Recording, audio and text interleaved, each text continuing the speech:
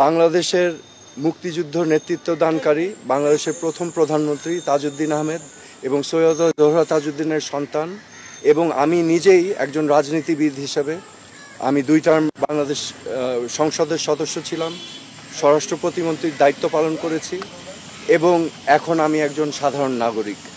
আমি আজকে এই ব্যাকগ্রাউন্ড এবং একজন সাধারণ নাগরিক হিসাবে আমি ডিবি অফিসে এসেছি, কারণ আমি বাংলাদেশের সকল মানুষের মতোই বাংলাদেশকে নিয়ে উদ্বিগ্ন বোধ করছি। আজকে আমরা জানি যে এখানে কোটা আন্দোলন হয়েছে, কোটা সংস্কার আন্দোলন হয়েছে, এবং এই কোটা সংস্কার আন্দোলন নিয়ে আমাদের দেশে একটি অশান্তিপূর্ণ পরিস্থিতি বিরাজ করছে। এখানে শত শত মানুষ নিহত হয়েছে, নিরীহ 5 বছরের বাচ্চা থেকে শুরু করে 8, 10, 15, 16 ছাত্র, সাধারণ মানুষ সহ অনেক মানুষের প্রাণহানি হয়েছে, এবং এটা আমাদের সবাইকে ক্ষত করেছে, আমাদের বিবেককে নাড়া দিয়েছে। এই বিবেকের নাড়ার কারণেই আজকে আমি ব্যক্তিগতভাবে ডিবি অফিসে এসেছি। কেন এসেছি? আমি ডিবি প্রধানের কাছে 3টা প্রশ্ন নিয়ে এসেছিলাম।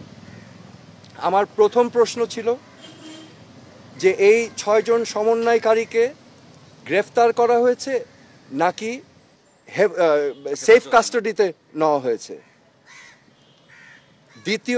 দ্বিতীয় প্রশ্ন, যদি অ্যারেস্ট হয়ে থাকে তাহলে আমার কোনো প্রশ্ন নাই, আমার কোনো দাবি নাই, কিন্তু যদি সেফ কাস্টাডি হয়ে থাকে তাহলে আমি তাদের সাথে দেখা করতে চাই।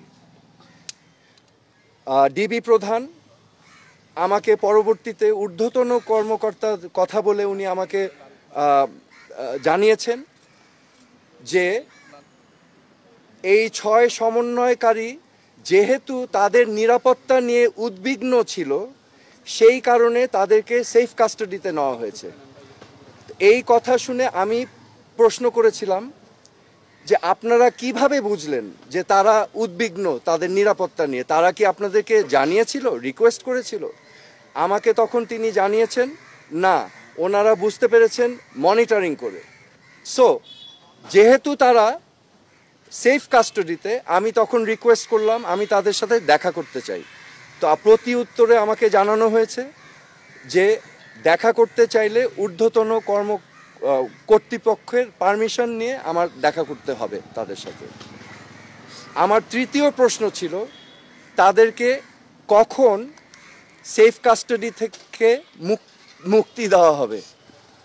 এই প্রশ্নের জবাবে তিনি বলেছেন যে ঊর্ধ্বতন কর্তৃপক্ষ যখন ওনাকে নির্দেশনা দিবেন তখনই ওনাদেরকে ছেড়ে দেওয়া হবে। সো আমার প্রশ্ন এখন, সেফ কাস্টাডি আমার জানা মতে একজন নাগরিক যদি রিকোয়েস্ট করে তাহলে সেফ কাস্টাডিতে নেওয়া যেতে পারে, কিন্তু রিকোয়েস্টের বাইরে যদি কাউকে সেফ কাস্টাডিতে নেওয়া হয়, এটা কি আসলে সেফ কাস্টাডি না এটা অ্যারেস্ট? তো এটা হচ্ছে আমার প্রশ্ন। এখানে আমি আপনাদের সম্মুখে স্পষ্টভাবে বলতে চাই, এই ছাত্র আন্দোলন, কোটা সংস্কার আন্দোলন নিয়ে যে সকল ক্ষয়ক্ষতি হয়েছে, ক্ষয়ক্ষতি কিছুই না। ক্ষয়ক্ষতি কেন কিছু না? এই ক্ষয়ক্ষতি যেই সম্পদের ধ্বংস হয়েছে সেগুলো তো জনগণের ট্যাক্স দিয়েই করা হয়েছে, এগুলো জনগণের সম্পদ, এগুলো হয়তো ভবিষ্যতে আমরাই আবার গড়ে নিব, কিন্তু একটি প্রাণ যেটা আমরা হারিয়েছি, একটি প্রাণও কি আমরা ফেরত পাবো?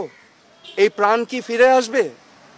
আমাদের মনে রাখতে হবে মুখ্য জিনিসটা কি, প্রাণের মূল্য কিন্তু কোটি কোটি কোটি কোটি কোটি টাকার থেকেও অনেক বেশি, তা অমূল্য।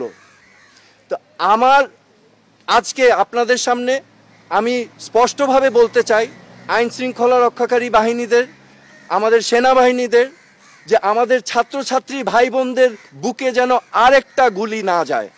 আপনারা বিরত থাকুন, এটা ঠিক না, দিস ইজ নট রাইট। আমি আজকে চলে এসেছি যে আমার জিমের কাপড় পরা, আমি আমার আবেগ, আমার বিবেকের তাড়না আমি চলে এসেছি এখানে। আজকে আমি মনে করি আমার মতো এই প্রশ্নগুলো বাংলাদেশের কোটি কোটি মানুষের মনে।